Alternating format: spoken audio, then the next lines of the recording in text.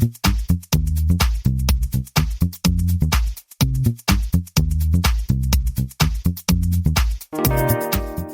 everyone, welcome to the 256th episode of the Internet of Things podcast. This is your host, Stacey Higginbotham, and your co-host, Kevin Toffel. And we have a stellar show for you today. We're going to be talking once again about Ring, where we've got data on how many smart speakers have been sold.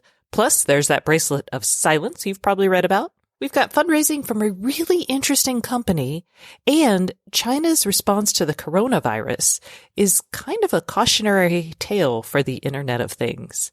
Plus, we have got lots of news. You can now do custom 5G networks for IoT. We've got news on ISPs, a Bluetooth startup getting lots of money, a cybersecurity warning because it is a day that ends in Y, and Kevin has a new project he's going to tell you about. Plus, we're going to hear from our sponsor, DigiCert, and I have our guest, Taj Menku, who is CEO and co-founder of Cognitive Systems, coming on the show to talk about how the technology works and why we shouldn't freak out quite so much about how its RF sensing technology could potentially invade our privacy. All right, all this and more, but first, a message from another one of our sponsors. This week's sponsor is Very. Are you looking for an IoT development team who's been there, done that? Very's award-winning full-service IoT development firm will work with you to deliver your IoT solution on time and on budget. Learn more at www.verypossible.com. That's www.verypossible.com. Okay, Kevin, first up, welcome back. Last week you were sick, but you're better? I am better. It was a really nasty flu that put me in bed for about a week. So, yes, I'm back and feeling pretty much 100%. All right. I'm not going to ask you if you got your flu vaccine because that's everyone's response. And you're like, even if you did, sometimes you still get the flu. And it wouldn't matter at this point anyway. Yeah, you're right. All right. Are you ready to talk about Ring? You left and, Ring is still in the news. This time, they've done something good. Last week, Nest said that they were going to mandate two-factor authentication. This week, Ring is coming out saying, all right, yeah, two-factor, it's the way to go. If only somebody had been saying this for the past several years now. But finally, they're back. So what Ring is saying is Ring is going to mandate that users enter a one-time 6-digit code sent via email or SMS whenever they try to log in to see the state of their cameras. So that's good. But what about this idea that you have to, is it every time you log in? I don't believe so, because I've had two-factor on my Nest account. And when I log into the account the first time on the mobile app, yes, I am prompted for the code, an authentication code. Subsequent opening of the app, I don't have to do that. So unless you physically log out of the mobile app and re-log back in, you should not have to do this. So I would hate for people to think, yeah, every time I want to check my camera, I got to go do this. I don't think that's how Ring is going to implement it. No. Okay. Now you did just tell us that that's how Nest does it. What you were describing was how Nest does it. That is correct. That is correct. So okay. Yes. And that makes sense. I will say that I have some devices that once a month or once every 2 months, they do log me out and then I have to go through the process. But that's not a big deal. And they're specifically saying with every login. They're not saying with every time you open the app. So I think they're doing this the right way. If they're listening, I would say, please consider an authentication app to provide that code. It's something that's time-based and very unique as opposed to SMS or email, but that's a whole other issue entirely. This is still a very positive thing, and I'm thrilled to see it. Yay! And, a couple weeks ago, they announced their control center. That was good. They also are letting people opt out of third-party data sharing, which is in response, I think, to stories about how Ring shares your data with Facebook and with some other companies. So they're even pausing temporarily the third-party analytics services in the Ring apps. So they are listening to feedback, which is good. So I will say the most interesting thing to me about this is that Ring is listening to people after 6 or 7 months of just kind of blindly and blithely going forward. And I think this is part of a larger trend of tech companies recognizing that maybe they don't know best, Or maybe it's that they're maturing. So they're recognizing that as their stuff gets more embedded in everyday objects and in everyday society, that maybe they have more obligations than just to make something work. Mm-hmm. It's kind of like going from an engineering mindset, like I can do it, it's cool, to thinking, hey, how is this going to affect the world around me? I don't think they're quite there yet at that last stage, but an important way of getting there is when people push back and say, yeah, okay, this works, but here's how it affects people of color. Here's how it affects different communities. And instead of saying, yeah, but it works, they actually listen to the feedback. And I hope to see more of this change. I mean, a lot of tech companies build a product, a service, whatever it is, because they can, and it's cool, but they don't question, should we do this? Or how should we roll this out? So you're right. I think it's getting away from the engineering mindset and getting user feedback and making changes. I'm not saying that the engineer mindset is bad. I love engineers, but there are several layers. When you're an adult, you realize there are several sides to every issue. Not just, hey, can I do it? You also have to think about, should I do it? Right. And I think that's important here.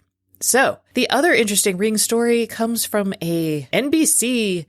Is it an expose? I hate saying the word expose. I'm not going to say it. An investigation. The NBC News investigation. So what they discovered is that many police departments, some have not had Ring security cameras solve any problems or solve any crimes. Some just don't know because they're not tracking it. And a couple said, yes, we've arrested a couple of people based on this. So NBC basically says that, are these really helpful? Part of me is like, maybe they're helpful. It sounds like the ones that don't track it. I think probably if you do have a program where you encourage people in your community to buy this camera and then participate in the Neighbors app, you probably actually should be tracking how effective it is. Just throwing that out there. Right. I mean, it's a cost benefit thing. I mean, the cost of giving up the video that's captured on your privately owned camera versus the benefit of maybe capturing some footage of a crime. I mean, some of the arrests that NBC News heard from the police that used these, I saw there was, they recovered a $13 book, a Nintendo Switch, a couple coffee mugs. Yeah. Somebody stole a dachshund. Yes. And granted, that was valued at $200, but that's somebody's pet. So no, I agree. I think there are two things. And we actually, a while back, there was a story about somebody who installed a Ring doorbell. It made them neurotic. They were like, there's people around. There's people. So they took it down because they didn't like being the person who was always worried about their security and safety. I think there's actually a lot of truth to that. I think certain people, when you put something like that in front, they could freak out. My in-laws are an example of someone who might freak out about something like that. I will say the biggest benefit of having any video doorbell camera in my life has been knowing that there was a package at the door and being able to get it. That is literally it. But I don't live in an area where package theft is common. In some ways, watching people steal my packages would make me feel less safe. That's a good point. Yeah. I get a lot of packages delivered here. I don't know of any widespread package theft, but again, I'm always home, mostly always home. It is good to see when something is delivered. The other thing I use it for, unfortunately, we have a lot of people solicitors that walk around, window replacements, siding, roofing, all this, and they're allowed to do that per our township if they have the permit. And it's so easy to not answer the door or just tell them I'm not home and so on. Got it. I think if you're one of those people who's freaking out about security, a camera may give you more peace of mind, but it may also, like the notifications, may also make you realize just how much is happening outside your house, which could be bad for you. Okay, smart speakers. We love them. According to a survey from Strategy Analytics, the sale of smart speakers last year was 146.9 million. That is up 70%. Amazon is still the winner there, but Chinese vendors and Chinese smart speakers from Baidu, Alibaba, and Xiaomi are all on the up and up.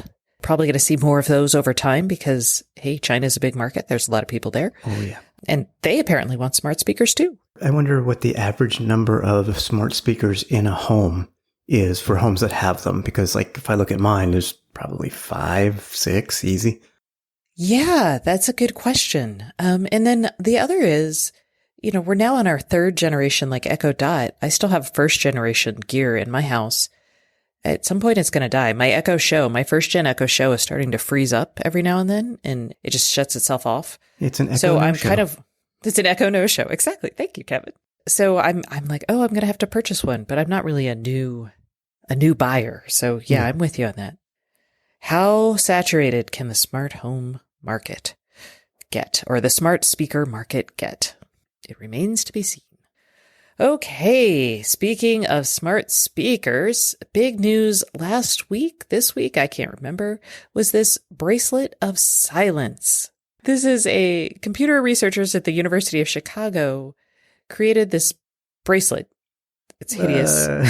Bracelet's a bit of a loose term here because reminds me of a very hefty ankle bracelet you'd wear under house arrest, except you put it on your wrist and it's got these, I don't know, a dozen or so ultrasonic 24. speakers. Oh, 24. 2 dozen then.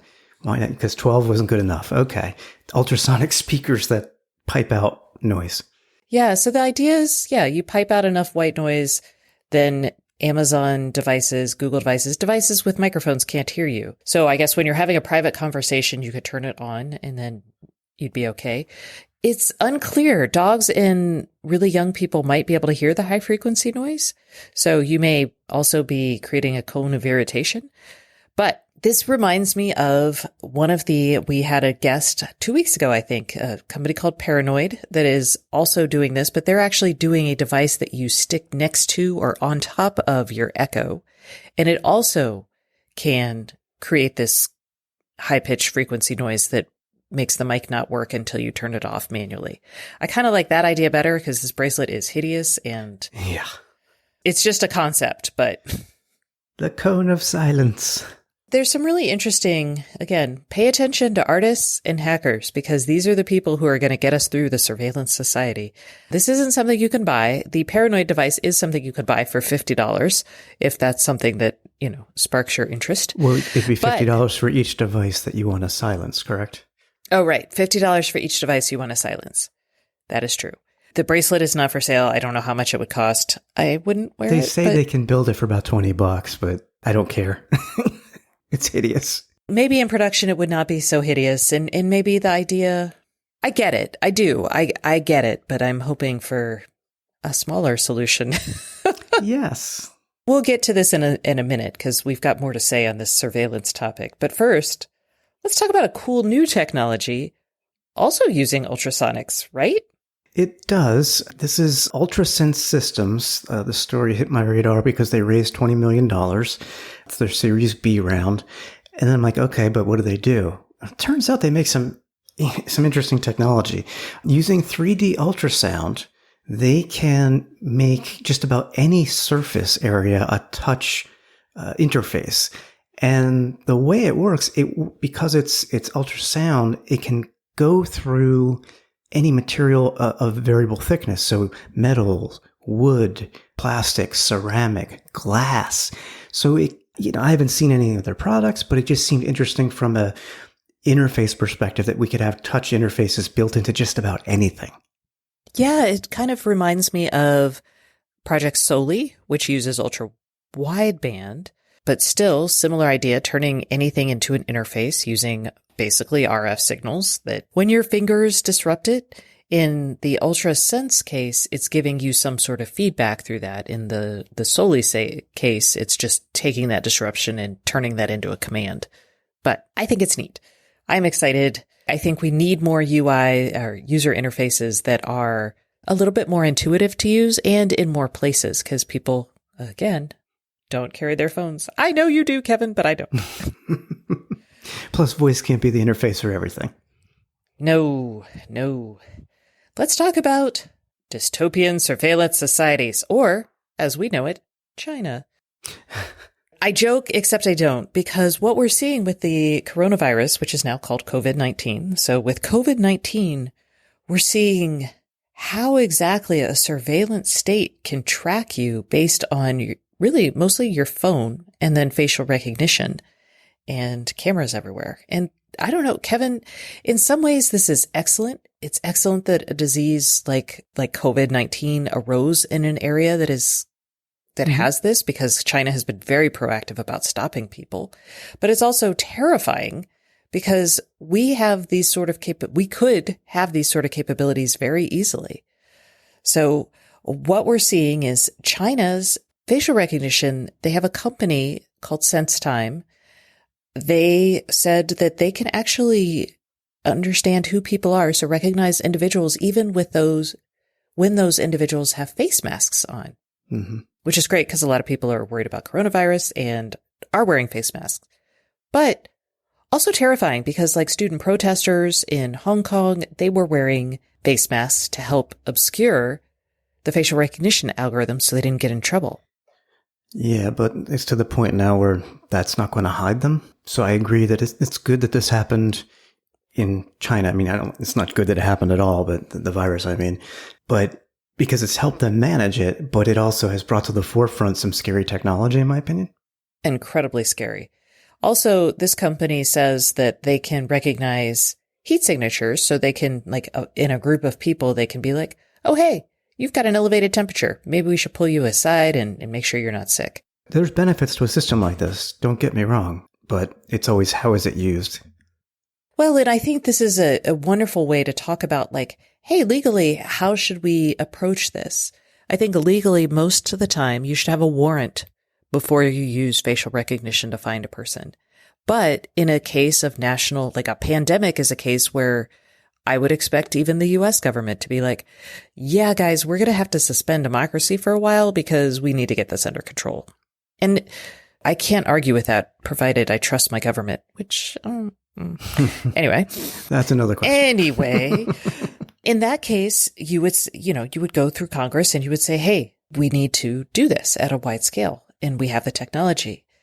There's also phones. The Chinese government is using people's phones to geolocate them, understand their movements.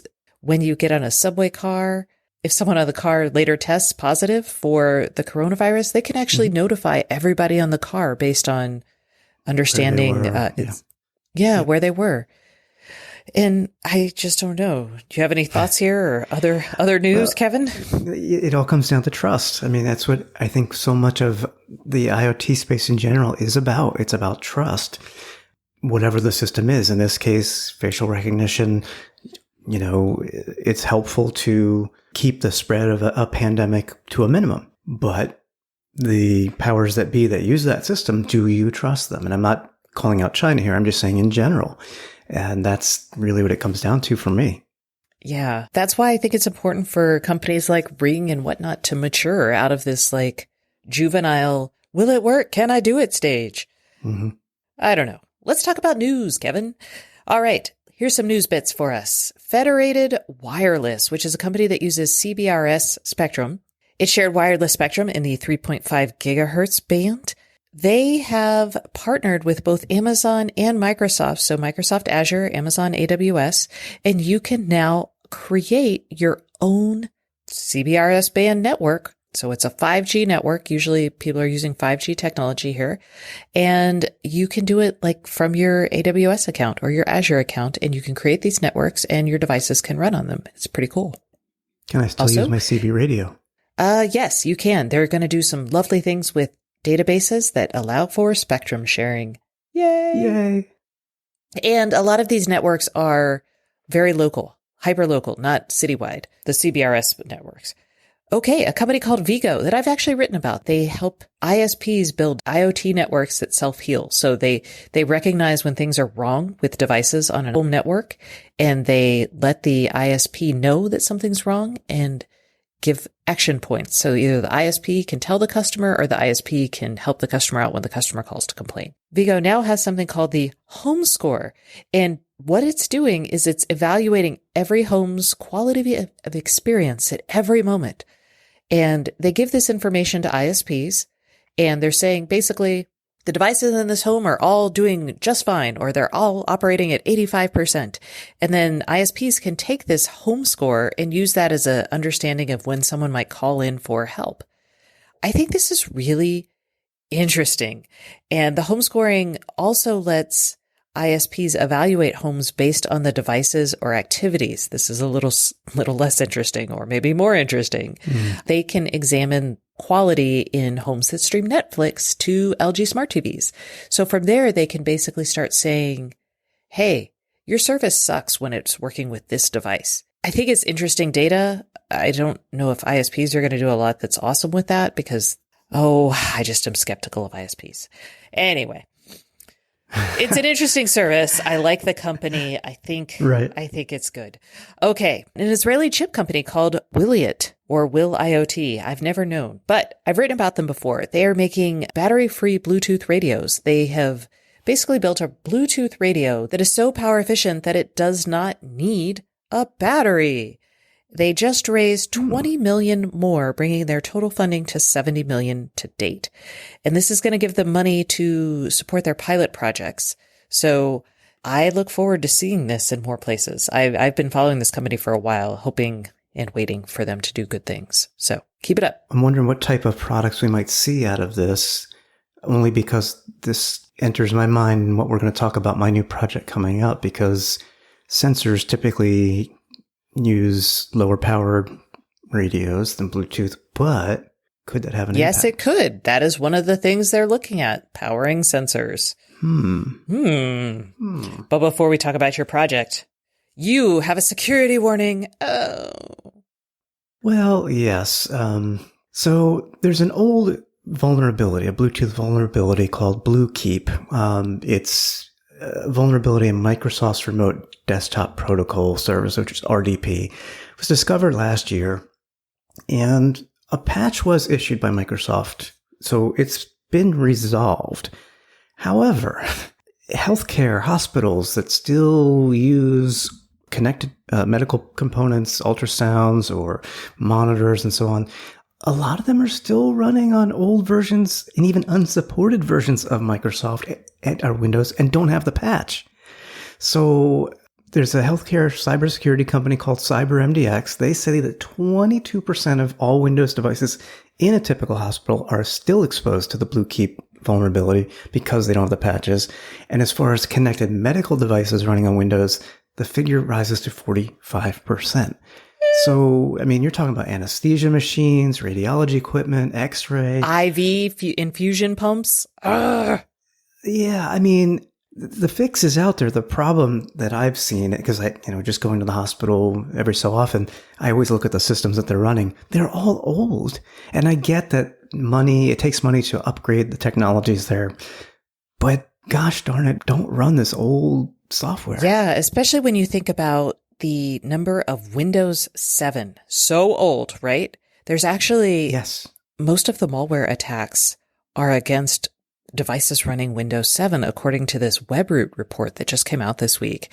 And they observed 125% increase in malware targeting Windows 7 machines. Because it's not supported anymore. Yeah. So they're basically like, it's like if you're locking your front door, basically now you're no longer locking your front door, you're leaving it wide open. And people are like, well, heck, I'll come in here.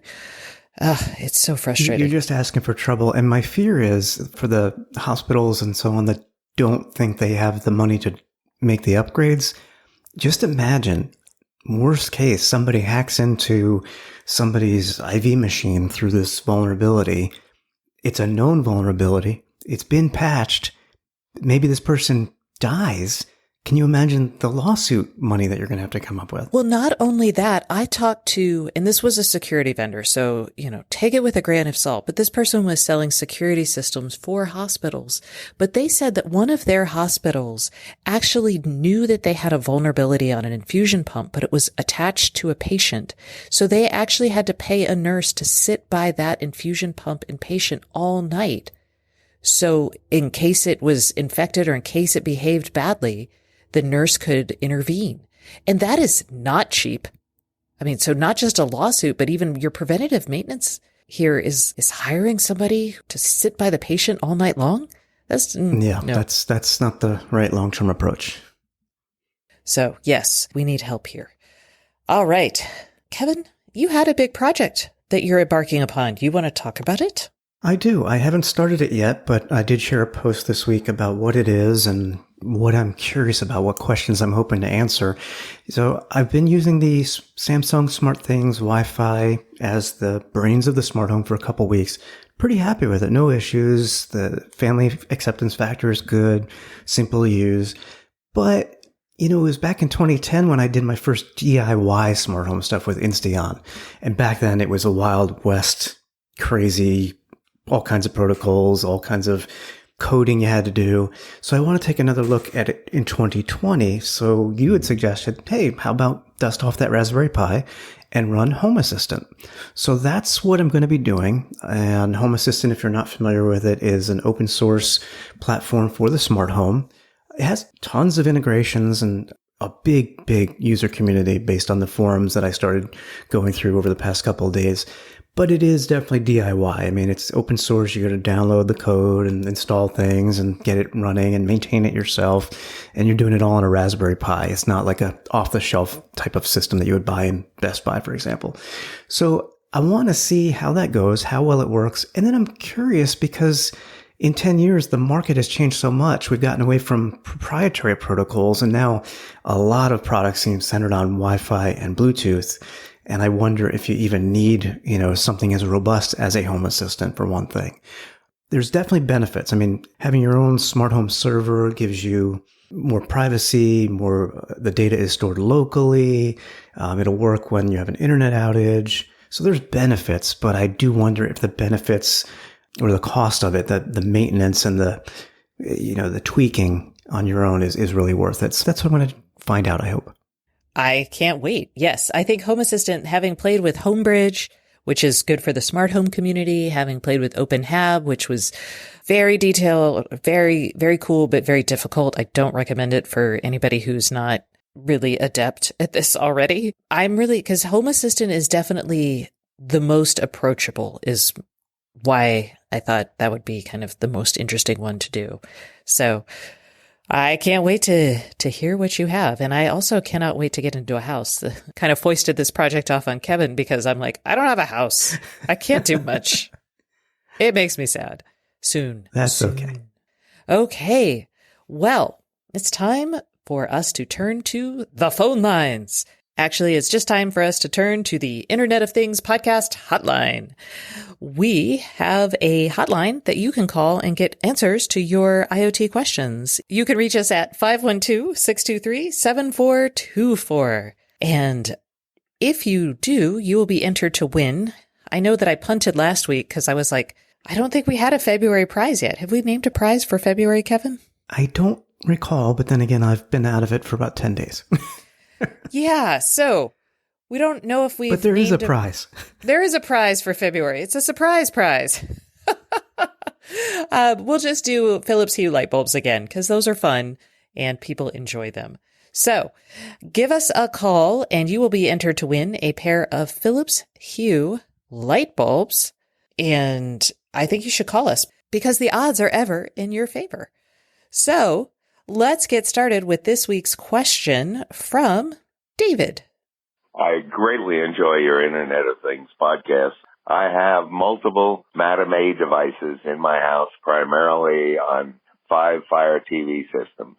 I have multiple Google Home devices in my house, and I like their answers a little better, and the Google Home has worked out that it doesn't fight with other Google Home devices because it seems to listen to the loudest microphone. My simple problem happened when I went from my Pixel 3 to a Pixel 4. The Pixel 4 is very aggressive in answering OKG questions. Unfortunately, when I'm at home, the Google Home devices also answer the same thing, cause an unpleasant echo and sometimes slightly different answers, and it's hard to hear one versus the other. Is there a solution to stop them from fighting? I would really like them to add a feature that says turn off Google Assistant when you're at a given location, and I would then put in the GPS from my home. Thank you very much. I greatly enjoy your podcast and starting to look at adding some Schlage locks. I think this is a wonderful show and a good concept. Thank you very much. Okay, David, as a Google Home and Pixel owner, I feel your pain. Sometimes this does happen to me, although not as often as it sounds like it happens to you. Unfortunately, you're right. Google has not fixed this. They suggested to me that I do a better job training my voice.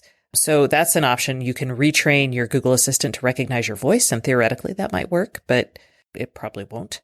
The only other option we have for you is, it's actually not bad for my lifestyle. We'll see if it works for you. And that is to turn the ability for your Pixel phone to recognize the phrase, "Hey G," vocally, to turn that off.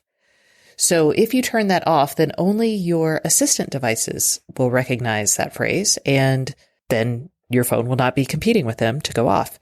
You can keep your assistant on your phone for either touching the keypad or touching the screen or squeezing it, depending on your Pixel. So I have a 3A, I can squeeze it. The 4s can squeeze, the 2s can squeeze. So if you keep that on, then you don't have to you can do it like, it's not hands-free, but it's only one hand and you don't have to look at it. It's very intentional though, which I like. This is actually how I was set up when I was using a Pixel phone. And it's how I'm set up now using an iPhone. I know it doesn't always listen for that wake word, but I have a widget, the Google widget on my iPhone that I have the microphone button there. I press the microphone and then I do my voice assistant things. That's how I do it with all the smart speakers in my house. It's just a very intentional. If I'm asking on my phone, it's because I want to use my phone. So it's worked well for me with the Pixel and the iPhone. Yes. So how do you do this? So it can kind of be a little confusing to turn this feature off, the voice recognition, the always listening function. I don't think it's very intuitive, but there is a Google support article on this that we can link to. But basically, you're going to press the hold button on your Pixel phone. At the bottom right, you're going to tap the Explore icon. Then you'll see your profile picture for your Google account at the top right of the next screen. Tap that, then hit Settings, then hit Assistant. And you should see an option under Assistant Devices that says Turn on Google Assistant and Turn on or Turn off Hey G, the wake word. If you turn it off there, then it will not be listening all the time. So you leave the assistant on, but you turn the wake word listening off. And then as long as you have the Pixel that can squeeze for the assistant, you can simply just squeeze instead of saying the wake word. And to make sure you have your squeeze function on, you go into your Pixel and you go into Settings, and then under System, there is a section for Gestures, and you just go into there and you turn Active Edge on. And you can set your squeeze sensitivity from light to firm. Mine is a little closer on the lighter side, but if you want it to be, I just can't squeeze very hard, I guess. And then you have to make sure squeeze for your assistant is turned on and allow when screen is off, and then you'll be good to go. Yeah, just 1, 2, 3, lickety split. Yeah, I know. It's not hard. Well, it's confusing. It's not difficult. It's probably harder to explain than to do. However, it is still really a workaround for a problem that Google needs to solve. Yes, we are with you on that. All right. So remember, if you would like to be entered to win Philips Hue light bulbs, give us a call at 512-623-7424 and leave us your question. Perhaps we can help you answer it, even if it is just kind of a workaround. All right. That concludes this portion of the show, but please stay tuned for our interview with Taj Menku, who is CEO and co-founder of Cognitive Systems. They have built a technology that analyzes disturbances in a home's Wi-Fi network to detect motion. And he's going to talk about how that works, who's using it, and how the firm is trying to protect your privacy. It is a really good interview. I encourage you to listen in. And now, a word from our sponsor. This week's sponsor is DigiCert. Hey everyone, we are taking a quick break from the Internet of Things podcast for a message from our sponsor. This week's sponsor is DigiCert, and I have Mike Nelson, who is VP of IoT Security. So today we're going to be talking about smart cities and smart buildings, and I would love to just get from you, what kind of IoT devices are you seeing deployed in these smart buildings and cities? Yeah, in these ecosystems, we're commonly seeing sensors being deployed to track things like utility consumption, to monitor traffic light, even measure garbage cans. In smart buildings, we're seeing things like HVAC systems, lighting, and even parking stalls introduce sensors to track their utilization. So what are some of the benefits you see when you have these IoT devices deployed? Governments and businesses that are deploying these are really doing so in an effort to save time and energy and money. But to get a little bit more specific, governments are looking to save money from having better management of their lighting systems in smart buildings. And so, a lot of it is catered around those things of saving time, energy, and money. We all like that. So what kind of data is being collected? Yeah, we see mostly two types of data being generated. Automation, which helps automate decisions like a smart thermostat. The second type is status data, which tells you the state of a thing. Got it. All right. So given all this data, what kind of security challenges are there? Yeah, so as the number of these devices are deployed, there are more entry points for hackers, and those numbers are growing rapidly. And so the importance of securing all those connected points is really important. Integrity becomes really important as governments and businesses are taking this data and making decisions based on it. So knowing that the data is accurate, that it's been handled in a confidential way is really critical. And then, of course, leveraging good authentication approaches to make sure you're keeping the bad actors out. So how can these devices be improved to help stop security breaches? Most security breaches that we see involve one of three vulnerabilities. The first one is a lack of good authentication, and that means knowing who or what is connecting to your device. The second one is around the confidentiality of the data, handling the data at rest and in motion. And finally, the third one that we commonly see is around lack of integrity, and knowing that the data that you're receiving or that you're sending can be trusted and that it hasn't been manipulated or a man-in-the-middle attack performed on it while it's been in transit. And so putting solutions in place that solve for authentication, for encryption, and integrity is really a good starting point for IoT security. And once these devices are in place, how can cities or consumers stay on top of keeping these devices secure? Yeah, as you know, security is an evolving game, and so allowing devices to be updated through over-the-air updates is very important to ongoing security for these devices. And where can our listeners go to find out more about DigiCert and how to secure smart cities and smart buildings? Your listeners can go to digicert.com, and we have a section focused specifically on IoT deployments and one targeted for smart city and smart building.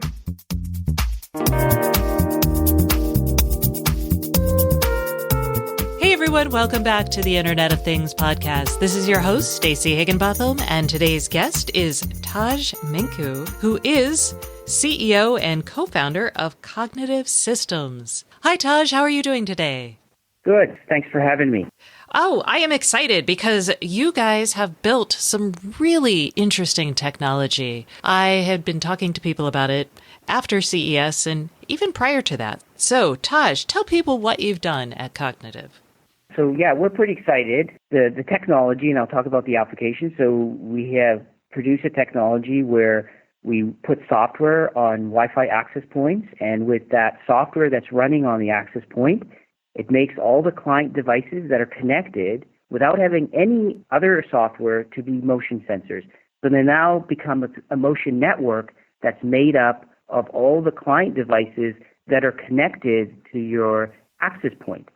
So then you ride applications on that. So now you have this motion network. You can now, when there's motion in your house, you can sort of say where that motion is. You can say, hey, motion is happening beside the Google Home, or motion is happening beside a TP smart plug. And then you can take that and sort of provide the applications such as home monitoring or home awareness, knowing what's happening in the home. Like, for example, when did people get home? Maybe your son came home at 4. You can see that. You can also use it as a security system because it's basically monitoring everything that's happening in your house. You can also, after you get some sort of alert, you can actually go to live view and see how this motion is moving throughout the house. It's moving from the Google Home, maybe then it moved to the Apple TV, and you can see that. And there's also applications in wellness. You wanted to monitor somebody, making sure they're getting up, making sure what time they're going to sleep, how much activity they have, and so forth. And then you can also integrate this back into into IoT land where you can then activate certain devices to behave. So, for example, you come home, your thermostat goes up, and if you leave, it goes down, and then you can sort of integrate that directly to some of your devices that you have in your house that can use this information going forward. Okay, that is a lot and some excellent use cases. So basically, this is going to turn any of my Wi-Fi devices into part of this giant network sensor inside my house that can detect motion. Yes, that's correct. Okay, so some questions about how this is going to happen and how this works. So does every Wi-Fi device have to have your special software running on it? No, the only device that has to have the software is the access point. And the clients don't have to have any software. That could be anything that you buy from the store, and that device then becomes a motion sensor. So the only software that needs to be placed is on the access point. And those are the people that we work in terms of our business.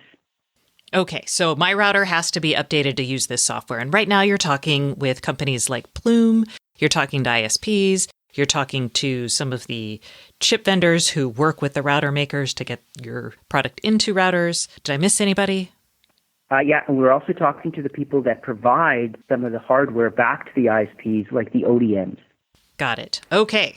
So you're doing a bang-up job getting where you need to be. You mentioned in some of your use cases things like understanding when my son got home from school, for example. How does it know that my son is home?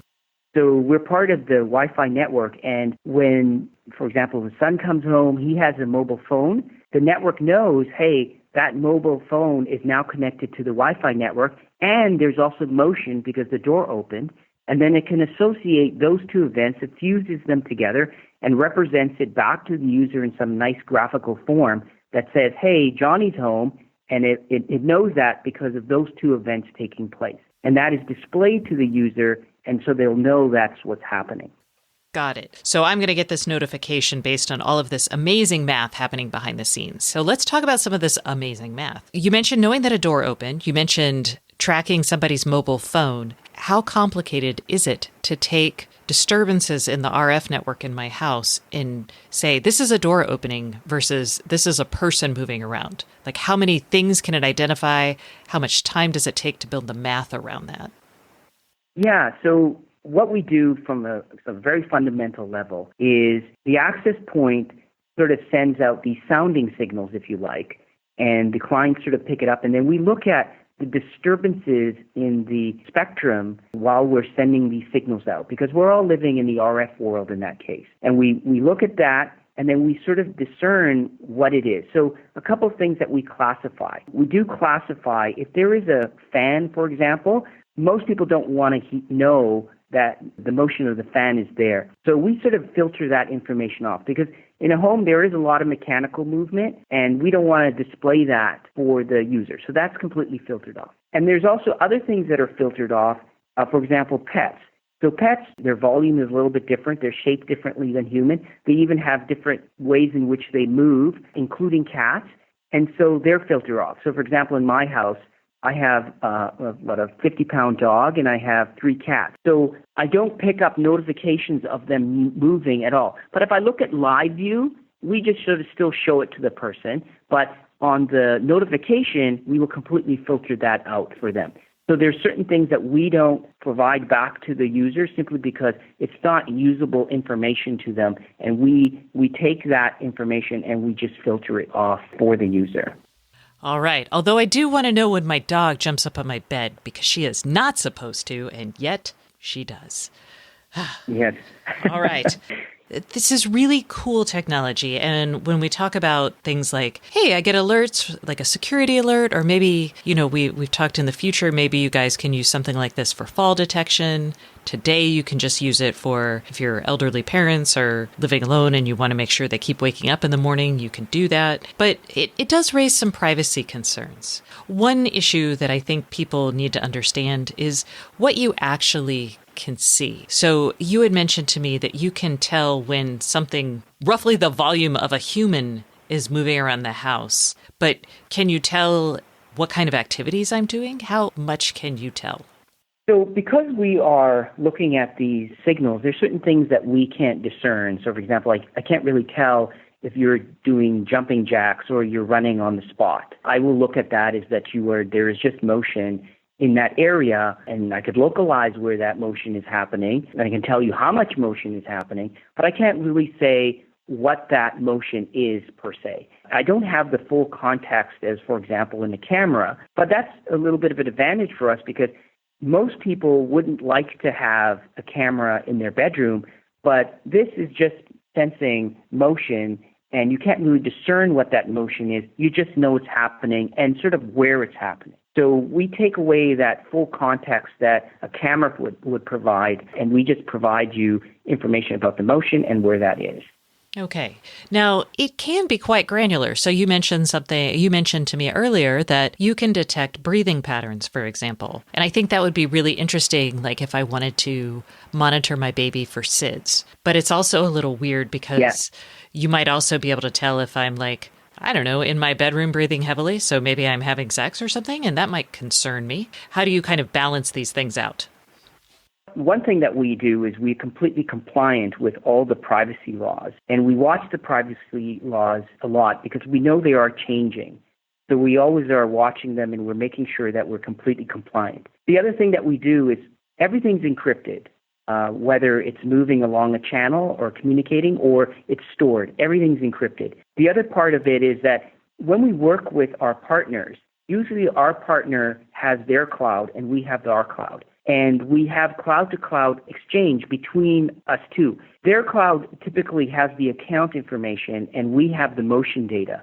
And when they want the motion data for a specific person, they send us a token. So we don't know anything about who that person is. There's just a token sent to us. We say, oh, that token is associated with this data, and we send that data back to our customer's cloud. So our customer doesn't even know what's actually happening per se in terms of the database we have for whatever that person is or that token as we describe on our side. So even at that level, we don't know who the person is and our customer doesn't know the data associated with the motion. So it sort of separates those two. Okay, so to be clear, you're going to first have to build some sort of algorithm to figure out, am I having sex or doing jumping jacks, which in many of those cases is probably not commercially interesting to anyone. So that's 1. 2, then it's all encrypted. 3, you're going to store that data on your cloud that is completely unrelated to my account information. So even if I am worried about my ISP getting some weird information about me, they're going to have to get the information from you first, and they're never going to be tied to the account, correct? Or the ISP will be able to tie it to the account because they're going to deliver me a motion notification, but they're not going to have the baseline information about what's happening. They're just getting... That's correct. Is there a person moving? Or whatever they've asked for. Yes. Okay. Yeah. That makes me feel a lot better. Because in a camera, if I'm looking at this as an alternative to having cameras, a camera, anyone could look at it and be like, oh my gosh, I know exactly what they're doing. They're doing jumping jacks. But here, you would have to do a lot of effort to even see that. So that's a little bit more comforting. What about law enforcement? It seems like having the bifurcations between clouds may help there, but let's say law enforcement wants to know if I'm murdering someone in the house and they're like, hey, is that giant blob making a suspicious murdering motion? I don't know. I don't know how, if they came to us, we wouldn't be able to identify any of that information because we don't know what the token or what that user is in our infrastructure. So sure, they could come to us, but we wouldn't know, actually.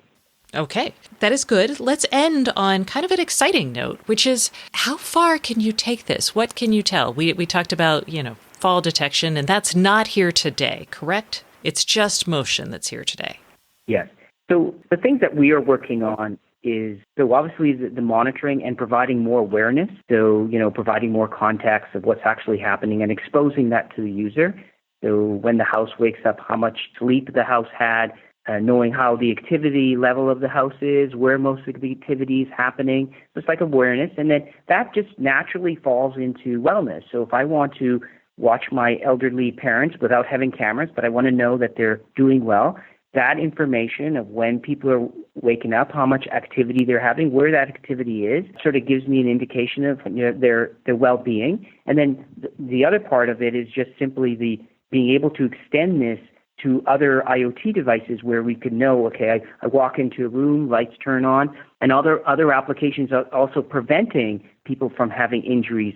So, for example, we know for falls, one of the biggest problems is that people wake up in the middle of the night, they want to go to the washroom, and, an elderly, they lose their footing sometimes, and then they fall down, and that could be really bad for them. But if they get up and the lights turn on, it sort of activates your brain a little bit, and then you correct your footing because now the lights are on, and then sort of prevents you from having that problem. So it's still part of the IoT, but it's leading into the wellness as well. So these are all the things that we can sort of provide going forward in terms of the technology that we've developed.